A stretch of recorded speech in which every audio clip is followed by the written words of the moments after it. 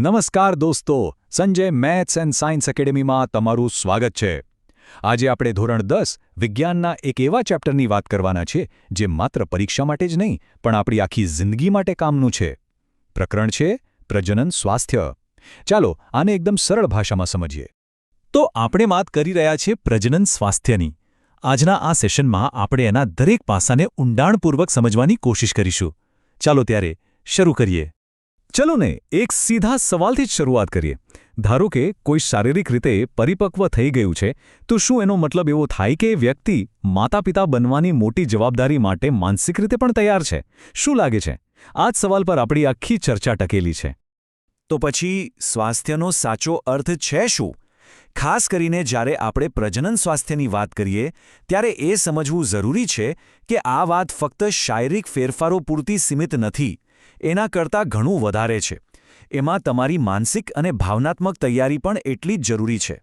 જુઓ, એક વાત બરાબર મગજમાં બેસાડી લેવા જેવી છે. શારીરિક રીતે મોટા થવું કે સક્ષમ બનવું એક વાત છે, અને ગર્ભાવસ્થા જેવી મોટી જવાબદારી માટે માનસિક રીતે તૈયાર હોવું એ તદ્દન બીજી વાત છે. બંનેને એક ન સમજી શકાય. અને આવા નિર્ણયો લેતી વખતે વ્યક્તિ પર જાતજાતના દબાણ પણ હોય છે. ક્યારેક મિત્રોનું દબાણ હોય તો ક્યારેક પરિવાર તરફથી લગ્ન અને સંતાન માટે દબાણ હોય. એટલું જ નહીં, વસ્તી નિયંત્રણને લઈને સરકારની પણ કેટલીક અપેક્ષાઓ હોય છે. આ બધું મળીને પરિસ્થિતિને વધુ મુશ્કેલ બનાવી શકે છે. હવે આપણે એક એવા વિષય પર આવીએ છીએ જે જાણવું ખૂબ જ જરૂરી છે, પણ જેના વિશે વાત કરતા ઘણા લોકો અચકાય છે. અને એ છે જાતીય સમાગમ દ્વારા ફેલાતા રોગો, જેને આપણે શોર્ટમાં એસટીડીઝ એટલે કે સેક્સ્યુઅલી ટ્રાન્સમિટેડ ડિસીઝ કહીએ છીએ. આ રોગોને આપણે મુખ્યત્વે બે ભાગમાં વહેંચી શકીએ. એક છે બેક્ટેરિયા એટલે કે જીવાણુઓથી થતા રોગો, જેમ કે ગોનોરિયા અને સિફિલિસ, અને બીજા છે વાયરસથી થતા રોગો, જેમાં મસા અને ખૂબ જ ગંભીર એવો રોગ HIV/AIDS પણ સામેલ છે. પણ સવાલ એ છે કે શું આનાથી બચી શકાય? તો જવાબ છે હા, બિલકુલ.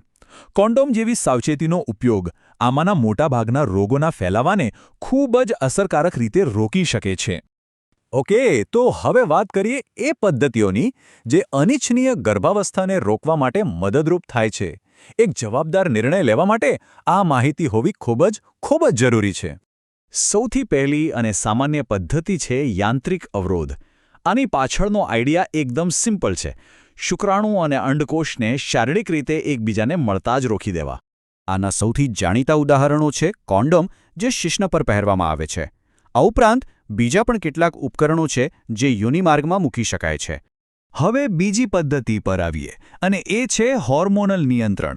આમાં અમુક દવાઓ દ્વારા શરીરના હોર્મોન્સને એવી રીતે કંટ્રોલ કરવામાં આવે છે જેનાથી અંડકોષ છૂટો જ ના પડે. અને સિમ્પલ વાત છે, જો અંડકોષ જ નહીં હોય તો ફલન કેવી રીતે થશે?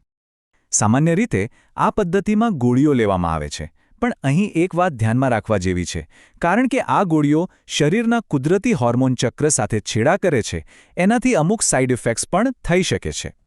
હવે એક ત્રીજી અને થોડી અલગ પદ્ધતિ છે. એ છે આઈયુડીઝ એટલે કે ઇન્ટ્રાયુટેરાઇન ડિવાઇસ.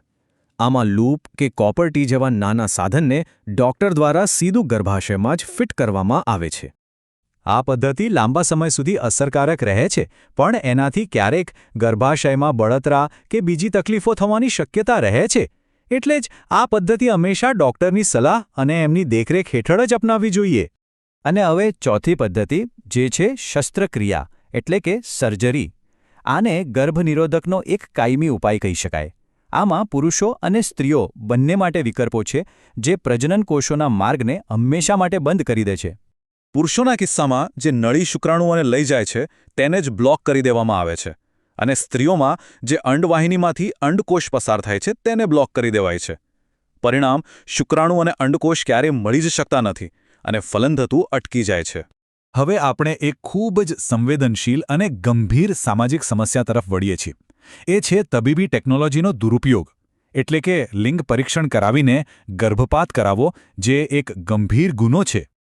આ ખોટા કામને લીધે, ખાસ કરીને કન્યા ભ્રૂણ હત્યાને કારણે, આપણા સમાજમાં છોકરા-છોકરીઓની સંખ્યા વચ્ચેનો તફાવત ખતરનાક રીતે વધી રહ્યો છે. આ એક બહુ મોટી સમસ્યા છે જેની અસર આપણા ભવિષ્ય પર પડશે. એક વાત સ્પષ્ટપણે યાદ રાખજો, ભારતના કાયદા મુજબ ગર્ભમાં બાળક છોકરો છે કે છોકરી એની તપાસ કરાવવી અને એના આધારે ગર્ભપાત કરાવવો એ બંને ગંભીર ગુનાહ છે. તમને કદાચ થશે કે આ તો બધી અંગત વાતો છે, પણ એવું નથી. આપણા અંગત નિર્ણયો આખા સમાજ પર કેવી રીતે અસર કરે છે, ચાલો એ સમજીએ. આ એક વ્યક્તિગત બાબત હોવાની સાથે સાથે એક સામાજિક જવાબદારી પણ છે. વિચારો, જ્યારે કોઈ દેશની વસ્તી ખૂબ જ વધી જાય ત્યારે દરેકને સારી સુવિધાઓ, સારું શિક્ષણ, સારી નોકરીઓ આપવી સરકાર માટે બહુ જ મુશ્કેલ બની જાય છે. એટલે વસ્તીનું નિયંત્રણ પણ દેશના વિકાસ માટે જરૂરી છે. ચાલો ફટાફટ આખી વાતનો સાર સમજી લઈએ. પહેલો પોઈન્ટ, પ્રજનન સ્વાસ્થ્ય એટલે ખાલી શારીરિક નહીં પણ માનસિક અને ભાવનાત્મક રીતે પણ તૈયાર હોવું. બીજો પોઈન્ટ, ગર્ભનિરોધકની સાચી જાણકારી આપણને જવાબદાર નિર્ણયો લેવાની તાકાત આપે છે. અને ત્રીજો, આપણા નાના નાના નિર્ણયોની પણ સમાજ પર મોટી અસર પડે છે. મને આશા છે કે આજની આ ચર્ચાથી તમને પ્રજનન સ્વાસ્થ્ય વિશે એક નવી અને સ્પષ્ટ સમજ મળી હશે. જો તમને આ વિડિયો ઉપયોગી લાગ્યો હોય તો એને લાઇક કરજો, તમારા મિત્રો સાથે જરૂર શેર કરજો અને આવા જ બીજા એજ્યુકેશનલ કન્ટેન્ટ માટે અમારી ચેનલને સબસ્ક્રાઇબ કરવાનું ભૂલતા નહીં.